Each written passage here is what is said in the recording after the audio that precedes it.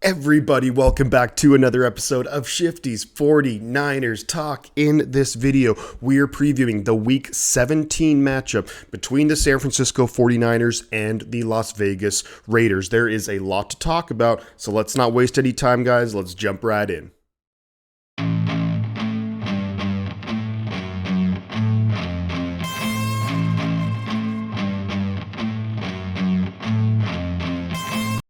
In this Week 17 matchup, we have the 11-4 San Francisco 49ers taking on the 6-9 Las Vegas Raiders. This game is on Sunday, 1:05 Pacific Time PM, of course, in Allegiant Stadium. I will be streaming this game. You know I will be doing that. It's going to be a whole lot of fun. Now, in this game, Vegas has the line, the Niners, by 9.5, and I think that's a pretty reasonable thing here to see that, like, the Niners definitely, longest winning streak in the NFL. Raiders, big changes coming up, which we're going to talk about in a moment. The over-under for this game that Vegas has is 42 points. So a relatively, average scoring game, I would say, that Vegas is kind of expecting, although a little bit interesting because of how good the Niners defense is. Now, coming up, and let's talk about some of the big news. And the biggest thing we have to talk about, for the Raiders at least, is going to be, look, Derek Carr essentially benched. He's going to step away from the team for the rest of the year. So we have Jarrett Stidham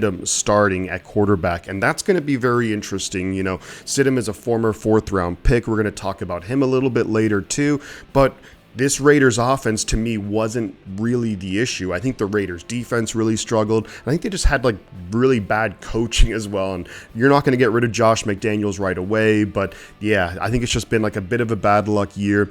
Derek Carr, has struggled sometimes with interceptions, but he is done for the year, not injury-wise. Now, the Raiders are actually missing a bunch of key players defensively, though, which is really going to hurt them in this game. You talk about Chandler Jones. We remember he had the big play against New England to win that game, started getting those sack numbers up this year.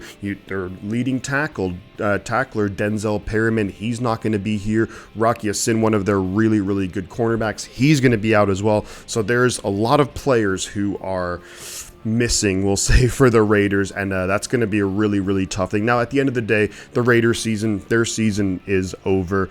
They're not heading to the playoffs, and I don't necessarily blame them for maybe trying a couple of new things, but will those new things have long-term ramifications moving forward? That remains to be seen.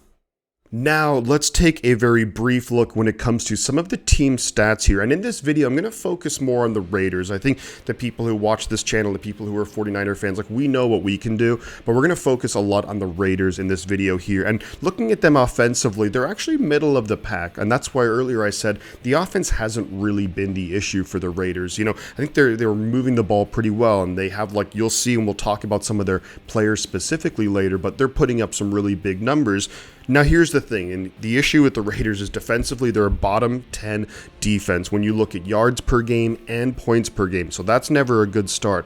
But number two, and what really compounds that, is the fact that when it comes to turnover, they're actually bottom 5 in the NFL. On the season, they're -5 in turnovers, and when you have an offense that's doing okay, you have a bad defense. If you can win the turnover battle significantly, that can be enough to maybe carry you to the playoffs, but they're not doing that, and hence the Raiders are where they are. Now, what I want to do next, guys, is I do want to focus on some of those key players and the players that we're going to have to keep an eye out as 49er fans moving into this matchup on New Year's Day.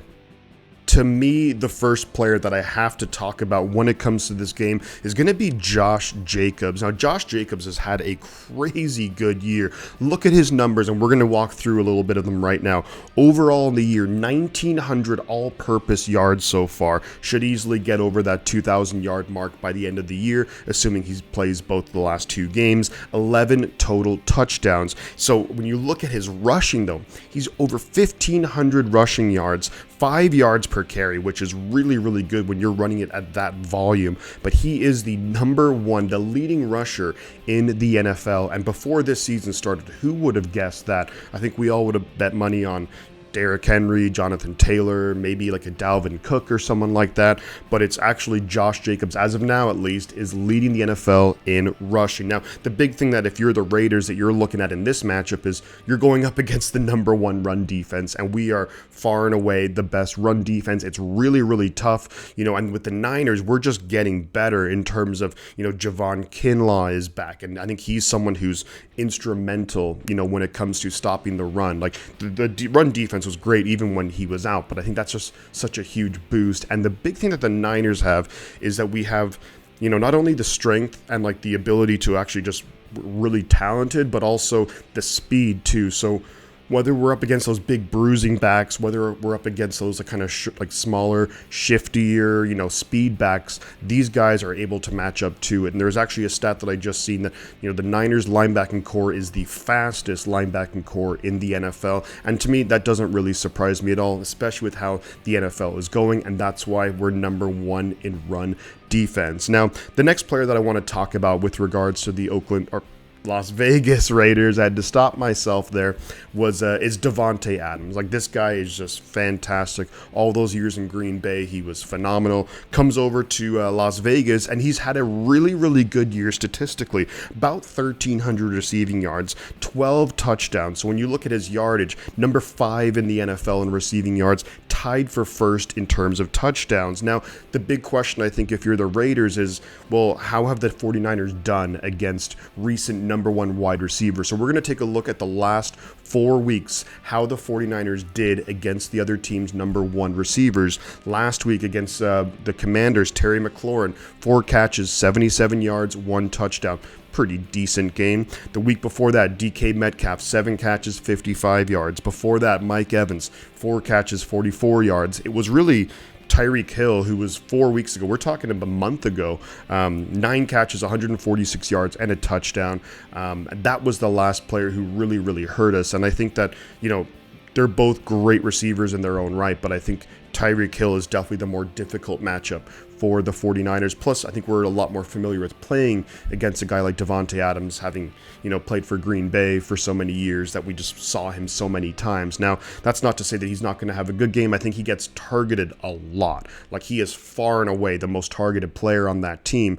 But, I think they have some weapons around them too that you really can't discount. Like, you look at Hunter Renfrow, really good slot receiver. Darren Waller, he's back healthy. He can be a big time player. At one time was thought as maybe the number 3 tight end in the NFL. And then of course you have Matt Collins, who's a bit of a deep threat. So the Raiders do have weapons. The big issue, and we're going to talk about it coming up next actually, is going to be their quarterback now. Can he get the ball to his weapons? And let's talk and get to know Jarrett Stidham. We all know who Derek Carr is. We all know what he's about, but he ain't playing. So Stidham, 4th round pick back in 2019 for the Patriots out of Auburn. And here's the thing. There's absolute familiarity with Stidham and Josh McDaniels. Of course, they had 3 years together in New England, and they're very familiar with scheme. So I don't think that's going to be an issue. I just think and we don't really know Jarrett Stidham. He's a complete unknown at this point. No, when you look in terms of the regular season, in basically almost 4 total years that he's been in the NFL, he only has 61 career attempts, and it hasn't gone well. 52% completion rate, 342 yards, 2 touchdowns, 4 interceptions. So, hasn't been great. But he does have a lot of weapons to work with. Of course, I think the Raiders are going to lean heavily on the run game, maybe then take some deep shots to Davante, Matt Collins, Waller, that kind of thing. But it's going to be interesting to see just how he does. And I think it'll be very interested to see how the 49ers will play the Raiders. Now, honestly, how I think it might play out is the first drive, I wouldn't be surprised if the Raiders move the ball, maybe score a field goal or something like that, simply because the Niners are going to be a little bit like, well, let's see what they're going to do. But not only that, you're going to have, of course, offensively for the Raiders, you'll have all those scripted plays for Jarrett Stidham, so plays that they feel like will be their kind of best ones coming out with, that they feel like will work against the 49ers defense. So I'm Stidham, but it's going to be interesting to see just how it all plays out, though. I mean, clearly they have some confidence in him. They acquired him. Josh McDaniels wanted him to be there in Las Vegas. So we'll see how it all turns out. Now, when it comes to, let's move on to the Raiders defensively. And I was going to talk about Chandler Jones and Denzel Perryman and these guys, but they're all out injured. So, but the one key guy, I think we all know who I'm going to say, is Max Crosby. On the year, 11.5 sacks. And Max Crosby is really, really good. I've actually watched a number of Raider games this year, and he is like top notch. Like, to me, top 10 pass rusher easily in the NFL. Really athletic, great moves, great hands, able to use his body, his leverage incredibly well. And he's a guy who can just destroy game plans. So, moving on, and we're going to talk about here into my final section, and this will be a nice segue to that, is the questions that I feel like the 49ers will need to answer in this matchup. And the first question that I want to talk about is going to be, can Mike McGlinchey hold up against Max Crosby? I mean, of course, I think you're going to see some snaps where he's over and working with on Trent Williams, but I think that primarily you're going to see Max Crosby on the left side of the D-line working on Mike McGlinchey. This is a big challenge for Mike McGlinchey. Of course, he's come under fire against the Commanders. He had 2 really bad penalties, false start penalties in the red zone. Both times essentially were in goal to go, and that basically forced us to have to kick field goals instead of touchdowns. So big ask here, and really big opportunity, I would say, for Mike McGlinchey to go into the postseason with some confidence, having gone up against one of the elite edge rushers. Now, the next question I want to talk about is, can George Kittle just continue his dominance with Brock Purdy? We look at the last 2 games. Kittle has over 200 yards receiving, 4 touchdowns. He's been on a tear, and it's great to see George Kittle doing George Kittle things, even if one of those touchdowns wasn't meant for him. Sorry about that, Ray McLeod, but at the end of the day, I think George Kittle, has seen a bit of a resurgence, and I think that's only going to get better when a guy like Deebo Samuel comes back. Now, I don't believe Deebo's going to play in this game. He's been practicing this week, but I believe Kyle Shanahan ruled him out, so we'll see him against Arizona. Maybe he'll get like 10 or 15 snaps there, get back up to game speed, and then we'll see him in the playoffs. But George Kittle's just been fantastic, and it's great to see George Kittle, just doing George Kittle things. One of the best, most fun players to watch in the NFL. But let's also give a shout out, of course, to all of our other offensive weapons too. We don't need to say their names.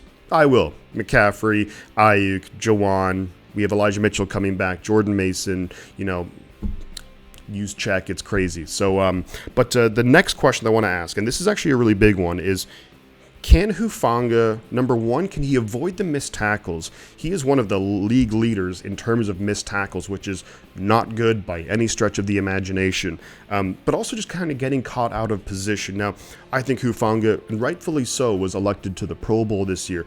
Really good around the line of scrimmage, has been making plays, interceptions, causing fumbles, all of those things. He's been really, really good, but if he wants to be considered to eventually be in that Troy Polamalu, range, is that he's got to wrap up a lot better. There's a lot of times where he has an opportunity to make a tackle, gets juked out of it, not good enough. The other thing too is we saw against the Commanders where there was a touchdown.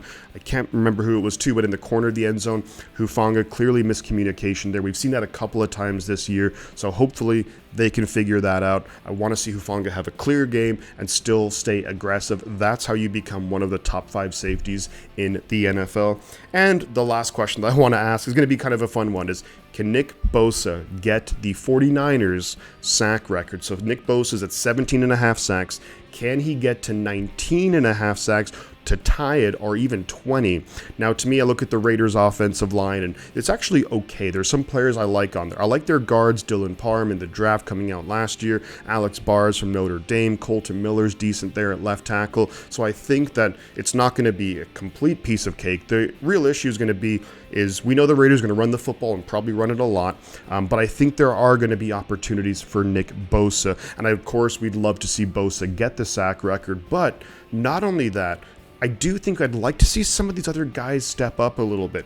Ebukam, Jordan Willis, Omenihu, Drake Jackson, like they've been doing okay, But I think when it comes to the playoffs, and like when I watch all these games throughout the year, a lot of times it just seems like it's feast or famine. It's either Bosa's getting pressure or nobody is. So I'd like to see these guys step up a little bit, get pressure on Stidham, and then build on that heading into the postseason. Now, I'm going to finish it up here. I'm going to give you guys my score prediction for this game, and I'm going to say 49ers 27, Raiders 14. I think ultimately when we look at the 49ers very quickly, it's going to be, we're going to do 49er football. It's going to be a lot of run, a lot of movement pre-snap, going to get the ball into the hands of the playmakers, make things happen, play great defense, special teams too, win the game, control the clock, bam, we're happy. Let's move on to our 12th win of the year, and I think the 49ers will ultimately get that. I guess like the one concern that you have if you're the 49ers is, Josh Jacobs has had amazing games this year.